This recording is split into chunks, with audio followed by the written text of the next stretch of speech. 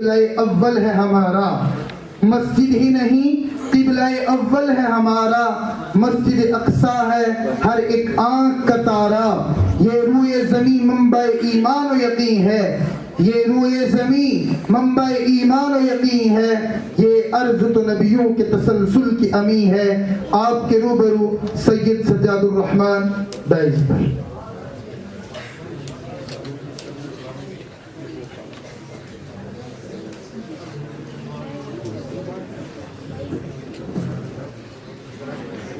إن الحمد لله والصلاة والسلام على رسول الله وبالله نستعين أما بعد فأعوذ بالله من الشيطان الرجيم بسم الله الرحمن الرحيم سبحان الذي أسرى بعبده ليلا من المسجد الحرام إلى المسجد الأقصى الذي باركنا حوله لنريه من آياتنا وقال النبي صلى الله عليه وسلم لا تشد الرحال إلا إلى 3 مساجد مسجد الحرام ومسجد الأقصى ومسجدي هذا صدق الله العظيم وصدق رسوله النبي الكريم۔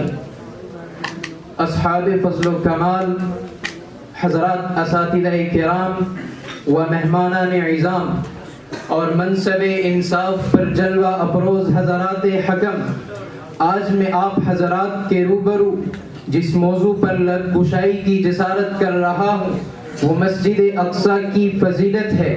سامعین محترم، خلق و امر کی ابتدا مکہ مکرمہ سے ہوئی تھی اور انتہا ارض شام اور بیت المقدس میں ہو گئی۔ القدس اسلام کا قلعہ ہے، مسجد اقصی روئے زمین پر قائم ہونے والی دوسری مسجد ہے۔ روئے زمین پر سب سے پہلا اللہ کا گھر خانہ کعبہ ہے اور دوسرا خانہ خدا مسجد اقصی ہے۔ حضرت ابو ذر رضی اللہ تعالی عنہ راوی ہیں، فرماتے ہیں میں نے اللہ کے نبی صلی اللہ علیہ وسلم سے پوچھا یا رسول اللہ ای مسجد وضع فی الارض اول؟ قال المسجد الحرام۔ قال قلت ثم ای؟ قال ثم المسجد الاقصی۔ امام بخاری نے اس روایت کو نقل فرمایا ہے، امام مسلم نے اپنی کتاب میں اس روایت کو جگہ دی ہے۔ مسجد اقصی پیغمبر آخر الزمان جناب محمد الرسول اللہ صلی اللہ علیہ وسلم کے سفر معراج کی عظیم یادگار ہے، مسلمانوں کا قبلہ اول ہے، خلیفہ دوم سیدنا فاروق اعظم کی امانت ہے، صلاح الدین ایوبی کی جرأت ایمانی کا مظہر ہے، خلافت عثمانیہ کی شان و شوکت کی منہ بولتی تصویر ہے، فلسطین جائے حضرات انبیاء علیہم السلام ہے، اس کے حقدار صرف اور صرف اہل اسلام ہیں، چونکہ یہی انبیاء کرام کے حقیقی وارث ہیں۔ بئی دور کے ہر نبی کی دعوت پیغمبر اسلام جناب محمد الرسول اللہ صلی اللہ علیہ وسلم پر ایمان لانے کی ہے اور اسی شریعت کی پاسبانی، پاسداری، پائیداری اور پابندی کا ہر شخص مکلف ہے۔ سامعین گرامی، فضائل کی روح سے اللہ کے نبی صلی اللہ علیہ وسلم کی حدیث نقل کی گئی۔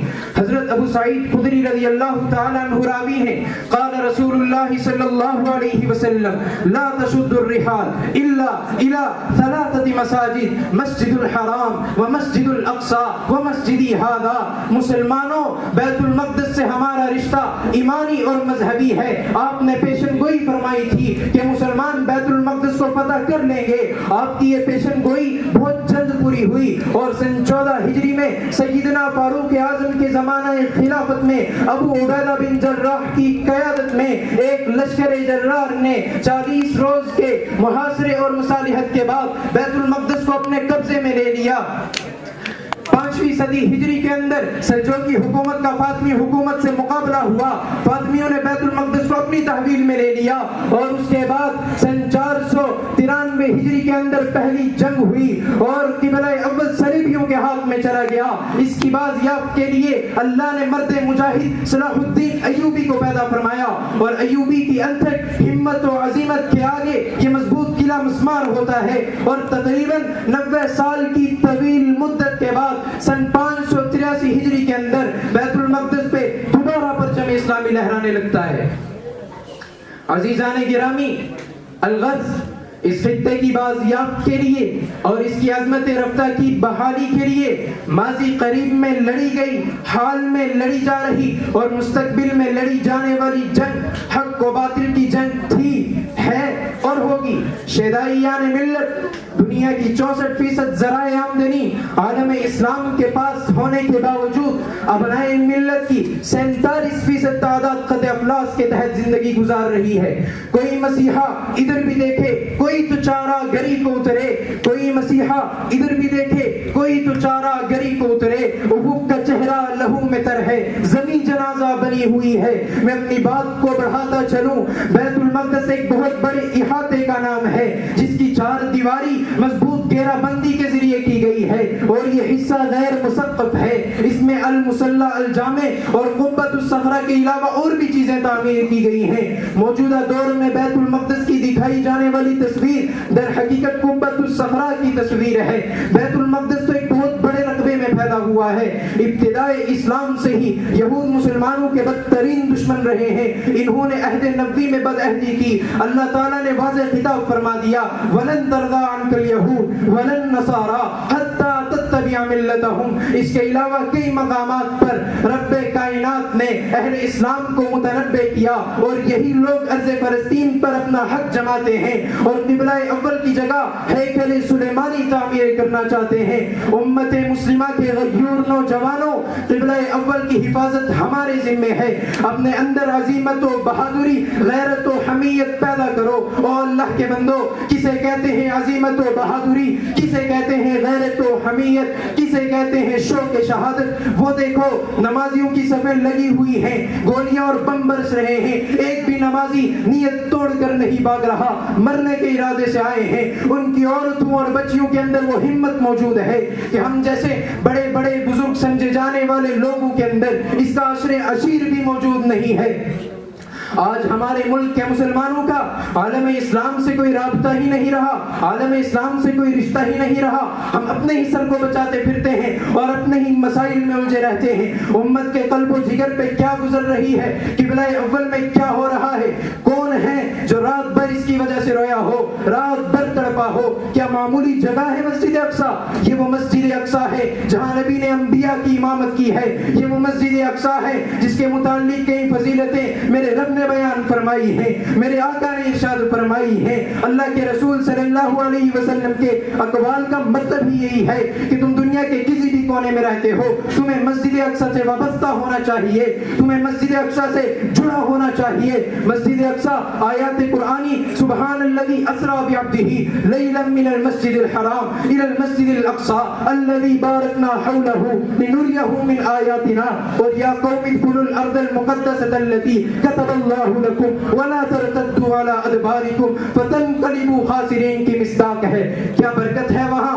آج بھی چشم فلک نے دیکھا کہ کھلونوں سے کھیلنے والی بچیاں اور کمزور بوڑھی مائیں مسجد اقصی کو گواہ بنا کر اپنی غیرت ایمانی کا ثبوت دیتے ہوئے اپنی عقیدت و محبت اور عشق و وفا کا پیغام دے کر دور اول کی یاد تازہ کرتی ہیں۔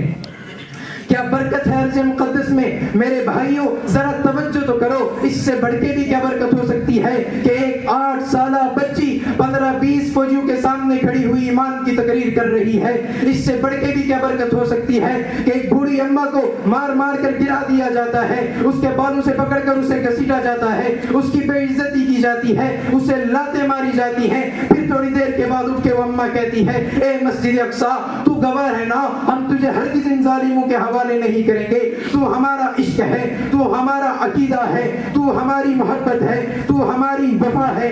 یاد رکھنا یہ وہی ہو رہا ہے جو احادیث میں آیا تھا، بالکل وہی ہو رہا ہے۔ کسی شاعر نے کیا ہی خوب کہا ہے، یک بار اور بھی بطحا سے فلسطین میں آ، یک بار اور بھی بطحا سے فلسطین میں آ، راستہ دیکھتی ہے مسجد اقصی تیرا۔